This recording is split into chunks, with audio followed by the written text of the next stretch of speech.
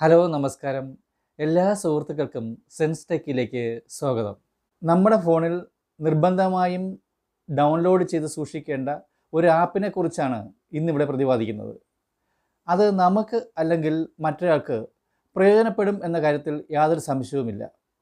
സ്വന്തമായി വാഹനമുള്ളവർക്കും driving licence ഉള്ളവർക്കും ഏറെ ഫലപ്രദമായ ഒരു ആപ്പാണിത്.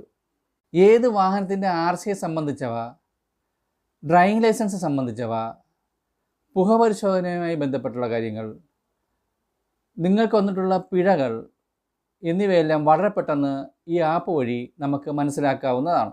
ഈ ആപ്പ് വഴി നിങ്ങളുടെ RC ബുക്കും ഡ്രൈവിംഗ് ലൈസൻസും ഡിജിറ്റലായി സൂക്ഷിക്കാൻ കഴിയുമെന്നുള്ളതാണ് ഒരു പ്രത്യേകത.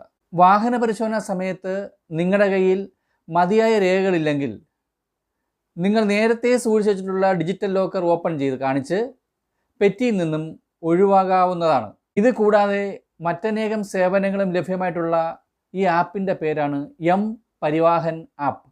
ഈ ആപ്പ് ഡൗൺലോഡ് ചെയ്യുമ്പോൾ ശ്രദ്ധിക്കേണ്ടത് ഇതിൻ്റെ ഐക്കണാണ്. മൊബൈലിൽ പ്ലേ സ്റ്റോറിൽ എം പരിവാഹൻ എന്ന് ടൈപ്പ് ചെയ്യുമ്പോൾ ഇത് വരുന്നതായിരിക്കും. ഇതിൻ്റെ ഐക്കൺ വൃത്താകാരമായ ചുവന്ന പശ്ചാത്തലത്തിൽ മൊബൈൽ ഫോണിൻ്റെ വലതുവശത്ത് കാറിൻ്റെ ഔട്ട്ലൈൻ മാത്രമുള്ള ഒരു ചിത്രമാണിത്. ഈ ആപ്പിൽ നിങ്ങൾക്ക് ഉപകാരപ്രദമായ ധാരാളം വിവരങ്ങൾ ഉണ്ട്. ഉദാഹരണമായി വാഹനത്തിൻ്റെ ഉടമയുടെ പേര്, ടെസ്റ്റ് നടത്തേണ്ട കാലാവധി, ടാക്സ് അടയ്ക്കേണ്ട തീയതി, പൊല്യൂഷൻ കാലാവധി, ഇൻഷുറൻസ് കാലാവധി, ഡ്രൈവിംഗ് ലൈസൻസ് ഡീറ്റെയിൽസ്, പെറ്റി വല്ലതുണ്ടെങ്കിൽ അത് മാത്രമല്ല മറ്റനേകം കാര്യങ്ങൾ ചെയ്യാനും അറിയാനും കഴിയും. എല്ലാം പറഞ്ഞ് നീട്ടുന്നില്ല. ഇനി ഈ ആപ്പ് എങ്ങനെ നമ്മുടെ ഫോണിൽ ഇൻസ്റ്റാൾ ചെയ്യാമെന്ന് നോക്കാം. ഇതിനാദ്യം പ്ലേ സ്റ്റോർ എടുത്തിട്ട് എം പരിവാഹൻ എന്ന് ടൈപ്പ് ചെയ്യുക. അപ്പോൾ ഒരു ആപ്ലിക്കേഷൻ പ്രത്യക്ഷപ്പെടും. ഈ ആപ്ലിക്കേഷൻ ഇൻസ്റ്റാൾ ചെയ്യുക. അതിനുശേഷം അത് ഓപ്പൺ ചെയ്യുക. ഇൻസ്റ്റാൾ ചെയ്യുന്നതിന് ധാരാളം സമയം എടുക്കുന്നതിനാൽ ഞാനിവിടെ ആൾറെഡി അത് ഇൻസ്റ്റാൾ ചെയ്ത് വെച്ചിട്ടുണ്ട്. ഓപ്പൺ ചെയ്യുക.